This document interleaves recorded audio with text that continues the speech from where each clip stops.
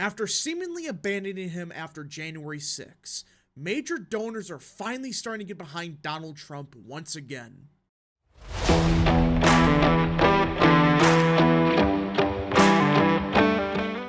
What is up, people of the internet? It is me, Real American, back in with a new video. Today, it is time that we talk about the 2024 presidential election. Because as many of you probably know, a lot of the major donors within the Republican Party have abandoned Trump, at least for a good while now.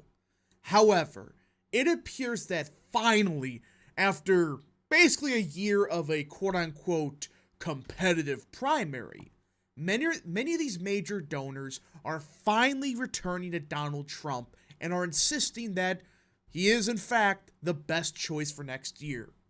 Now, before we continue with today's video, I hope you enjoy these type of videos. If you do, smash the like button down below, subscribe, share with your friends, hit that little bell, follow the social media accounts in the description down below, and of course join the channel today. Guys, just for $1 a month, you could join Real American. This is the best way to support the daily content that we all know and love. So I hope and recommend you join the channel today. Alright everybody, now let me be clear. I'm not saying that every single donor has returned to Trump. But it appears, however, that there are many that, while initially hesitant to support him, are finally realizing, wait a minute, this primary's a joke. And while we may disagree with what he did on January 6th and whatever, we have to support Orange Man. He's our best opportunity to win next year. So let's get into it. Donald Trump and his allies are ramped up high-dollar fundraising efforts with less than 2 months to go until the Iowa caucus begins the 2024 Republican primary, as several major donors show signs of returning to the former president, including those who called on him to exit the race. Yeah. A lot of these people, mind you, I believe they backed, Nikki Haley, Ron DeSantis a little bit, but they're realizing, wait a minute, why? What's the purpose when Trump's going to be the nominee? He's up by 40, 50 points nationally. He's going to win virtually all the delegates in New Hampshire. It's like, what's the point? Why should we waste $1 billion on a primary when we could burn $1 billion on, getting new voters in Wisconsin? Starting a turnout machine in the key states. That's more efficient than, spend $1 billion trying to stop the Orange Man.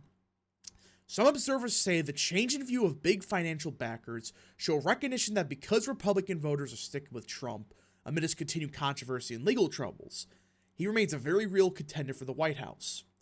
Trump is battling a slew of unprecedented criminal charges, all of which he denies, but remains the frontrunner in polling. Because guess what? There's two things. One, Trump isn't your average politician. Why people haven't understand this yet is beyond me. Trump is not Mitt Romney. He isn't. And number two, people that actually look at these cases, they realize this is a bunch of crap. This is a pile of crap. They're going after him because he's leading the polling. Cut this crap that's about democracy and stopping, a criminal. Really? They could have launched this years ago. Instead, they waited until the very last second, right before the primary, to start going after him.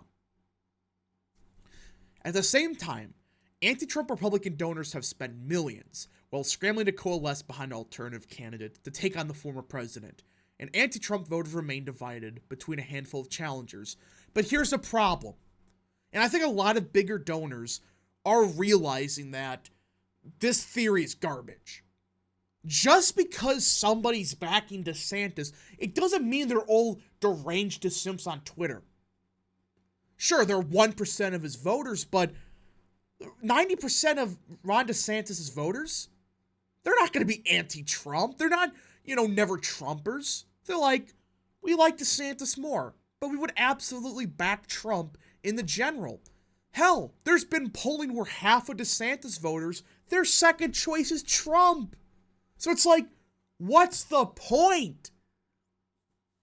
Charlie Corlin, a GOP strategist who raised money for the Trump campaign, said that while Trump may not have been some Republicans' first choice for 2024, many are coming back on board because the risk of Joe Biden being a two-term president is just too high.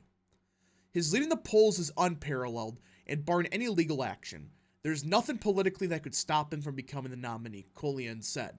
Which is true. Unless the DeSantis campaign wants to kill the party and unbind the delegates of the convention. That's the only way, at this point in time, you're beating Trump. Are you really going to turn on a 50-point deficit in a month? Bull crap. You're not. At this point in time, the only way DeSantis gets the nomination is if he forces the RNC to unbind the delegates at the convention, which would mean the delegates get to decide, which already the Sims are calling for, which should tell you that they have no faith in this guy.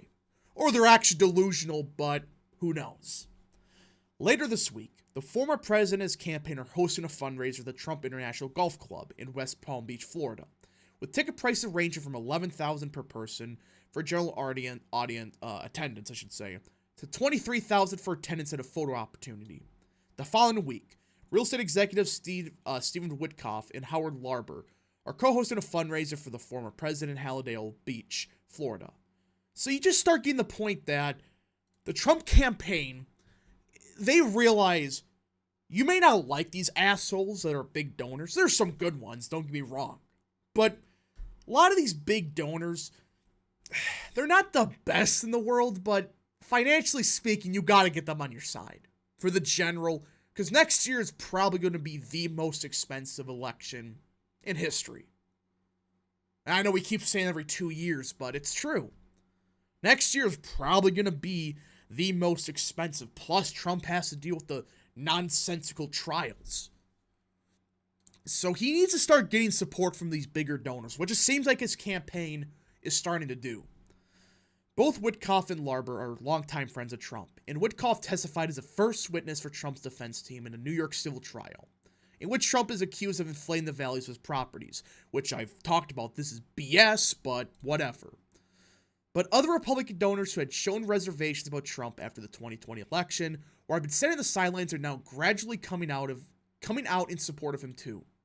Over the last couple of years, a number of GOP big backers, from financiers like Ken Griffin and all these other bozos, turned their backs on Trump or expressed reservations about him.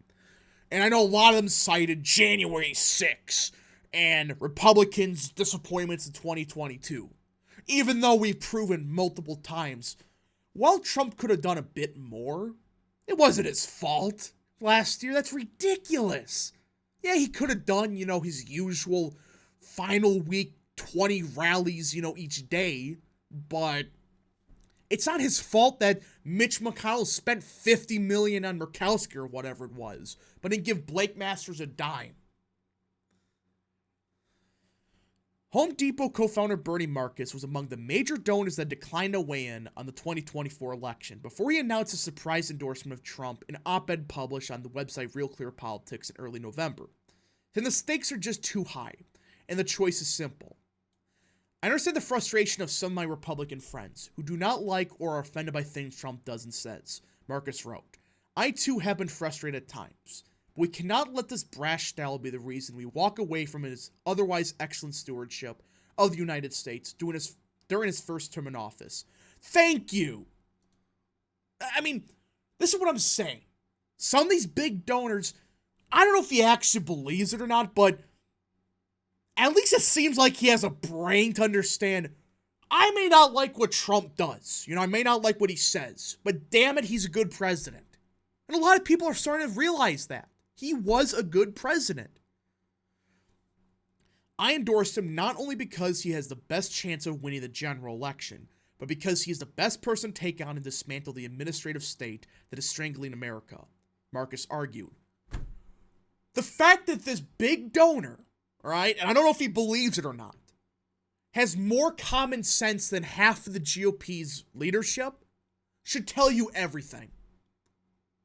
I mean, The fact that the co-founder of Home Depot is saying more about this than frickin' Ron and McDaniel. Again, you don't gotta like Trump personally. I know a lot of people don't. But like he said, who frickin' cares? He was a good president. We need somebody that would dismantle the administrative state, and Trump would. And remember, Marcus originally was backing Nikki Haley. But then he realized, this is stupid. I'm not going to spend millions of dollars on a nonsensical race. And you also have other people doing the same thing. Ham, the energy magnate, followed a similar pattern. He was one of Trump's biggest donors during Trump's first presidential bid and throughout Trump's presidency, but called for Trump to drop out of the race earlier this summer. Ham also told the Financial Times earlier this summer that January 6th separated a lot of people in the GOP and that the party needed a chaos-free candidate in 2024. However, just like frickin' Marcus from, Home Depot, Bernie Marcus, he did the same thing. He wrote a check out for Haley, then gave a couple thousand to DeSantis, then gave a big fat check to Donald Trump of $200,000. You just start looking at it, and you realize these big donors, if they don't like Trump, obviously, it doesn't sound like they like the guy. Some of them do, but they're just like, screw this. He's our best option, and he was a good president. You know, I may not like his style, but damn it, he's good. There are so many average voters that are feeling the same thing. The fact that these big donors, some of them at least, are getting it finally, but the GOP leadership doesn't, is unbelievable.